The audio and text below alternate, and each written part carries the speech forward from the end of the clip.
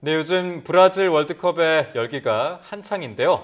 대부분의 경기가 우리나라 시간으로 새벽에 진행되기 때문에 수면 시간이 불규칙해져서 피곤하신 분들 많이 계실 겁니다.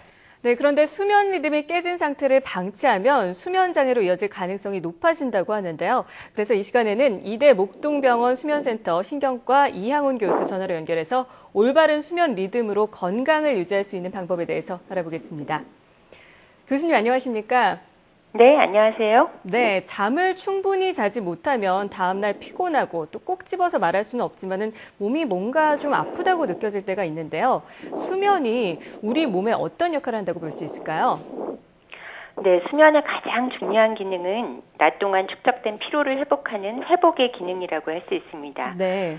그런데 수면에도 여러 단계가 있어서 크게는 꿈을 꾸는 단계인 렘 수면과 그렇지 않은 비렘 수면으로 나누게 되는데, 비렘 수면 동안에 주로 신체와 근육의 회복을, 그리고 렘 수면 동안에는 정신적인 휴식이나 뇌 기능의 회복을 하는 역할을 하게 됩니다.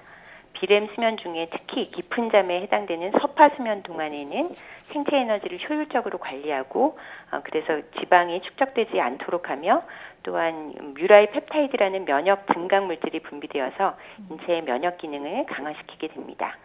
렘 수면 동안에는 뇌 혈류를 증가시키고 뇌 기능을 도와서 낮 동안 학습된 정보를 단기 기억에서 장기 기억으로 저장시키는 기억 강화 능력을 하는 것으로 알려져 있고, 또 낮 동안에 불쾌하고 불안한 감정들을 버리고 꿈을 통해서 정화하면서 우울한 감정이 해소되고 상쾌한 기분을 가지게 되니까 창조적인 사고 기능을 활발하게 하는 역할까지도 담당하게 됩니다.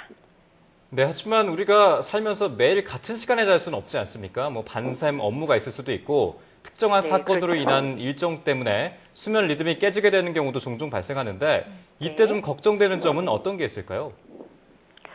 되게 밤새 업무를 하거나 혹은 요즘같이 월드컵 경기를 보시느라고 밤에 충분히 잠을 자지 못하게 되면 수면 부족 상태가 되어서 수면 리듬이 깨지게 되고, 그래서 낮에 졸리고 피곤하고 그렇게 되니까 정신 집중이 잘 되지 않아서 기억력과 집중력도 떨어지고 일상생활이나 학업, 업무 수행 능력에 악영향을 끼치게 됩니다.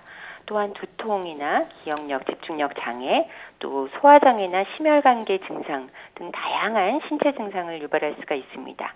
불안이나 우울 증상, 초조감, 감정 기복이 심해지면서 신경질이 많아지게 되고, 뿐만 아니라 식욕은 증가돼서 오히려 체중 증가가 일어나기도 합니다. 네. 네. 이 불안정한 수면 리듬이 장기화되면 수면 장애를 겪을 가능성도 높아진다고 하는데요. 단순히 네. 잠을 잘 자지 못하는 것과 또 수면 장애를 겪는 것, 이 둘 사이에 어떤 차이가 있는 겁니까? 네, 되게 일시적인 스트레스나 밤샘 작업 등 단기적인 원인에 의해서 밤에 충분히 잠을 자지 못했던 경우에도 이런 원인이 해결되거나 없어졌음에도 불구하고 이러한 수면 양상이 장기화되어서 결국 만성 불면증이 되는 경우들이 종종 있습니다. 네. 이렇게 수면 문제가 장기화되면 결국 밤에는 제대로 자지 못하는 불면증이 생기고 오히려 낮에는 심하게 졸리고 피곤한 주간 졸리움증 같은 증상들이 발생할 수가 있는데요. 네. 이 때문에 일상생활에 지장을 초래하고 다양한 신체 증상을 초래할 수 있기 때문에 만성적인 수면 장애로 이어지는 경우가 있어서 주의하셔야 됩니다. 네, 그리고 충분한 수면을 취하지 못하면 피곤하지 않습니까? 그래서 커피나 또 카페인이 함유된 에너지 드링크 같은 것들을 마셔서 피로감을 좀 줄이고자 하는 분들도 있으신데 이런 것들이 도움이 된다고 할 수 있을까요? 네. 카페인이 함유된 음료나 에너지 드링크 같은 것을 마시게 되면 일시적으로는 각성 상태가 증가되고 피로감이 덜하게 느끼실 수가 있습니다. 그런데 네. 너무 오후 늦게 드시거나 저녁 때 드시게 되면은 밤에 잠이 잘 들지 못하고 오히려 숙면을 방해하게 되므로 주의하셔야 됩니다. 또 카페인으로 인해서 가슴이 뛰는 심계 항진 증상이나 또 이뇨작용 때문에 화장실에 자주 가게 되는 것도 잠을 방해하는 요인이 될 수 있습니다. 오히려 낮에 맑은 공기를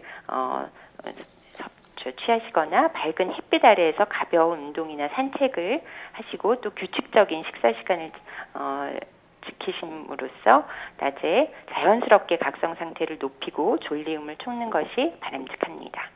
점심을 네. 드신 다음에 너무 과도하게 졸음이 쏟아질 때에는 한 10분이나 15분 정도 짧게 낮잠을 주무시는 것도 도움이 되지만 3, 40분 이상 너무 길게 낮잠을 자게 되면 오히려 밤잠을 설치게 되기 때문에 수면 리듬이 깨지게 돼서 피하셔야 됩니다. 네, 마지막으로 일상생활을 좀 건강하게 유지하기 위해서 적당한 수면 시간 다시 한번 좀 짚어주시고요. 그리고 숙면을 취할 수 있는 방법에 대해서도 좀 알려주시죠.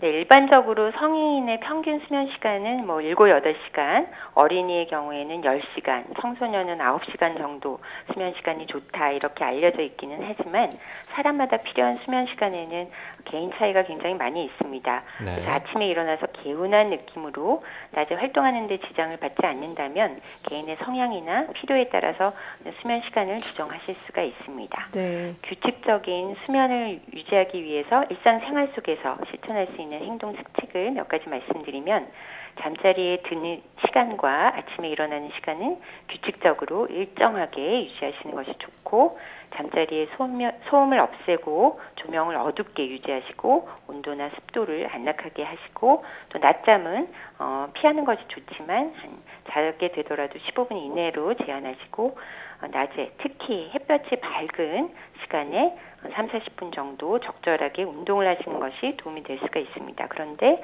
너무 잠자리에 들기 직전에 특히 이 2시간 이내에 격렬한 운동을 하시게 되면 수면에 방해가 될 수 있으니까 주의하셔야 됩니다. 또 따뜻한 우유를 한 잔 정도 마시거나 또 따뜻한 물에 반신욕을 하시거나 이런 것은 도움이 되는데요.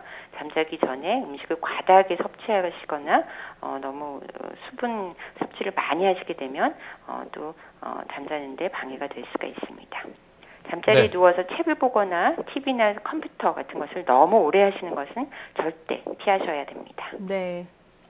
네, 지금까지 네. 이대 목동병원 수면센터 신경과 이양훈 교수와 함께 올바른 수면 리듬으로 건강을 유지할 수 있는 방법에 대해서 알아봤습니다. 오늘 말씀 고맙습니다. 네, 감사합니다.